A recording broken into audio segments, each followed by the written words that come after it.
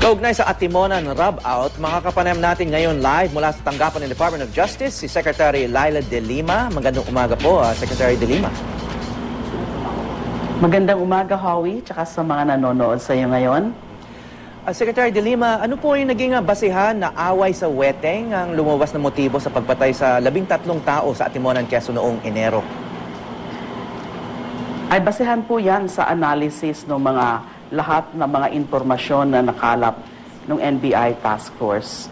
So impormasyon, sworn statements, interviews, and analysis po ng mga circumstances.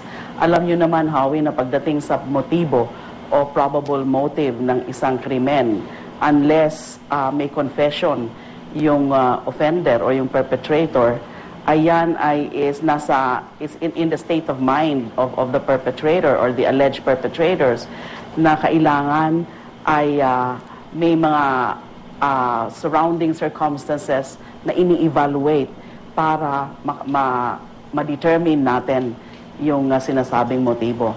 Although for purposes, Howie, of let's say, a preliminary investigation, sometimes naman ay hindi nagiging material yung motive. Pero ito, dahil nga ito ay napakalaking insidente at maraming naging espekulasyon kung ano yung posibleng naging motibo, kaya hindi maiwasan na ipursu yan ng mga investigador na i-determine nga po yung motive behind that incident. Yeah. Justice De Lima, kahit may analysis at malalim na investigasyon tungkol sa kaso, bakit wala pang full name ng isang main player dito sa away sa Weteng? Bakit Katita lang ang tawag sa kanya? Wala bang full name ito? Meron ang NBI na full name. Baka lang hindi lang nila nailagay dun sa pinaka-executive report na sinubmit ni Director Rojas.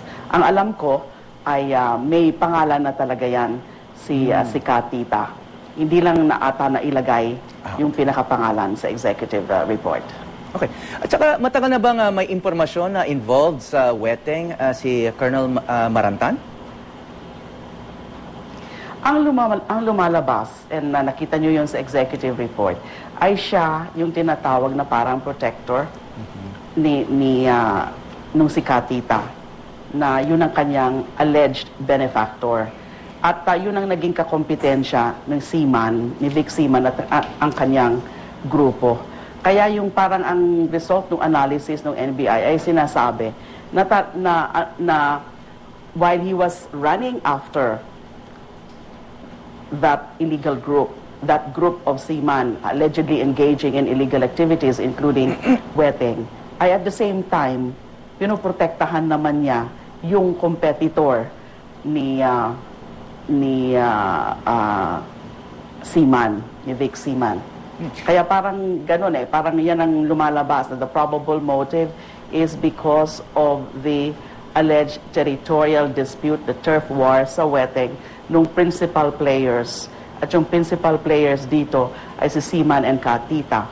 Pumasok sa eksena si Superintendent Marantan protecting Katita, and then ginamit niya yung mantle ng isang koplan armado para ma-eliminate niya yung grupo ni Seaman. Nagkainit, na sila, yung as indicated in the report, si Seaman, alam niya na Marantan is going after him, na mainit sa kanya si Marantan. And of course, Marantan is a law enforcer.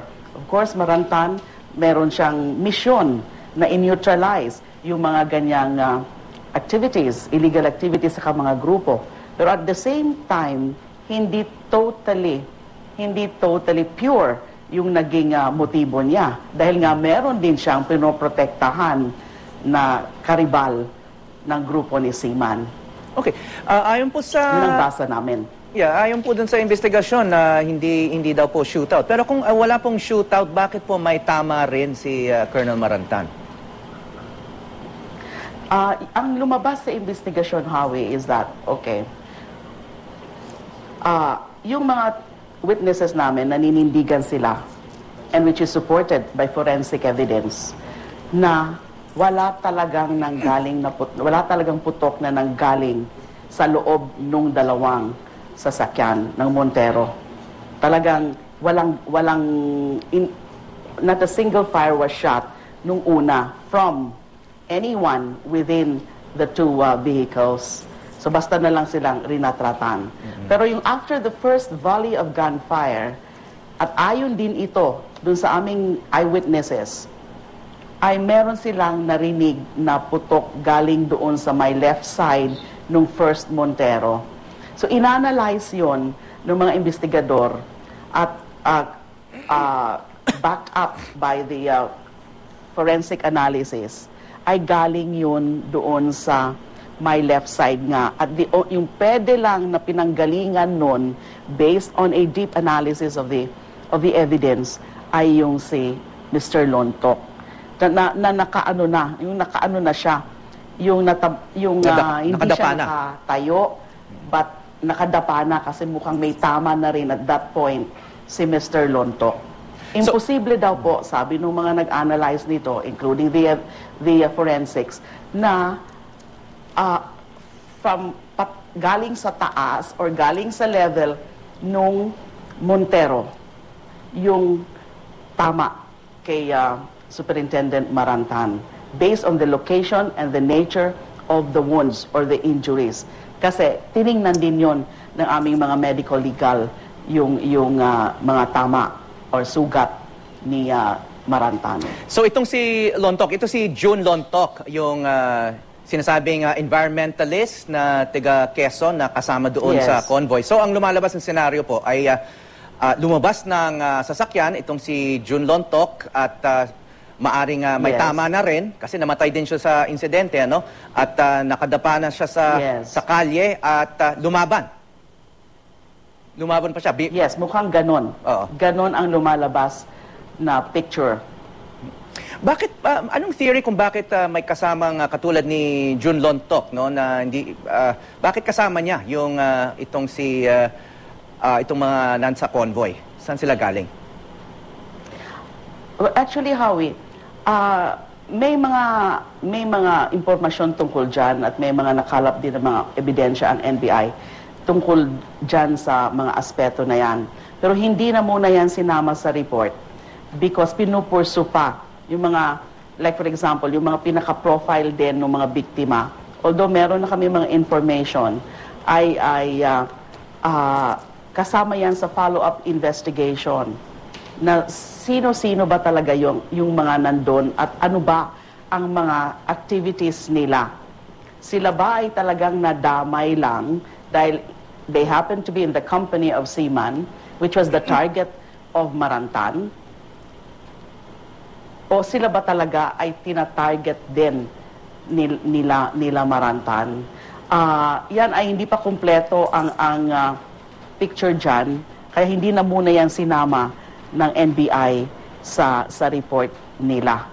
Now, si Mr. Lontok ay may connection siya kay Seaman kasi I think tinutulungan siya in terms of certain concerns that he had or problems that he had in the area of Quezon sa mga and also I think in Laguna. Yeah, kasi may mga kasamang police officers pa itong si Vic Sima na namatay din, ano? At galing daw sila sa Bicol. Yes. Kung saan hindi pa natin alam kung ano yung tunay na misyon. May dala raw pera sa convoy na nawawala hanggang ngayon. Yung may lumabas ba na bagong information sa report? Wala ho yan sa resulta ng investigasyon. Nung trinace nila yan, kasi nabalita yan, no, nung sinasagawa yung investigasyon, walang lumabas na ganon. Hindi yan na-confirm. But that is still part of the follow-up investigation. Okay, si Colonel Marantan, of course, nasa police, no? Pero may mga nadawit din ng mga sundalo, no? Military personnel, no? Nadamay lang ba yan? Nagamit lang ba yan? O sa tingin nyo, kasabwat din? Or at least yung pinaka-hepe nila ay kasabwat din dito sa rub-out plan? Well, ang tingin ko dyan, Howie, no? Initially, akala nila it was a legitimate operation. And from the looks of it, it was initially, I think, a legitimate operation. Although hindi, yung sabi kasi ng PAOK, ang ano nga nila, ang inapprove nila, ang gino nila, is yung initial funding for case build-up.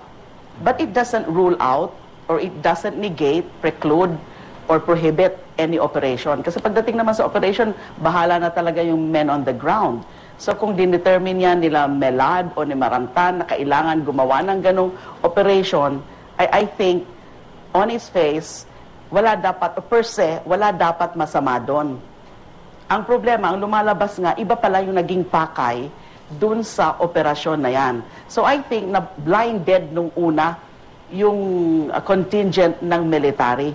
Kasi last minute lang ata sila na in-involve dyan. But in the course of the operation, they could have done something also. No? Kung nakita nila na wala namang nanggaling na putok dun sa Montero, sa mga Montero, bakit kailangan nilang sundin kaagad na ganun-ganun na lang yung inutos nung hindi naka-uniformeng operative who was most probably Marantan nung sinabing fire, na wala namang bumaril o nag-initiate ng act of aggression on the part of anyone inside the vehicles. So ang sinasabi niyo, Secretary De Lima, yung may mga bala na galing din sa mga baril ng mga sundalo, hindi lang mga pulis na kasama ni Colonel Marantan. Ang isa ng problema yan, Howie, kasi nung tinitingnan na yun sa ballistics examination, sabi ng mga taga-NBI, karamihan dun sa mga firearms na yon, hindi yun yung mga tunay na ginamit. So there was incomplete submission of firearms and submission of the wrong firearms. Kaya nga medyo dyan ako mainit, Howie, no? Ipupurso talaga namin yan. Yung ipa-file na charges either today or tomorrow would be for multiple murder and obstruction of justice, dun lang sa anggulo na it was established by testimonial evidence, by sworn statement. Mga sundalong ang nagsabi na someone from the PNP contingent, nung tapos na yung barila, nung putukan, kinuha yung mga baril ng mga nasa loob ng Montero at they fired it on air to make it appear na talagang nanlaban sila. Tapos linagay dun sa mga pwesto nila, no? Na may shootout para to make it appear na may shootout. So yun, obstruction of justice yun. Another aspect of an obstruction of justice. Pero yun, hindi ko na muna yan ipapafile kasi gusto ko ipapafile yung kaso na yun kasi gusto ko malinaw ang maging evidence namin dyan. Dahil sinabi nga na they submitted the wrong firearms. So kaninong kagagawan yan? Sino yung nag-utos na wag isubmit yung mga tamang firearms? To me, that's a very gross case of obstruction of justice. Hindi dapat natin pinapalampas ang mga ganyan. So ang plano ko nga is I will be creating a small team just to really pursue that so that we can file a strong obstruction of justice against those involved. Kailangan meron command responsibility dyan. Okay, thank you very much for your time, Justice Secretary Laila De Lima.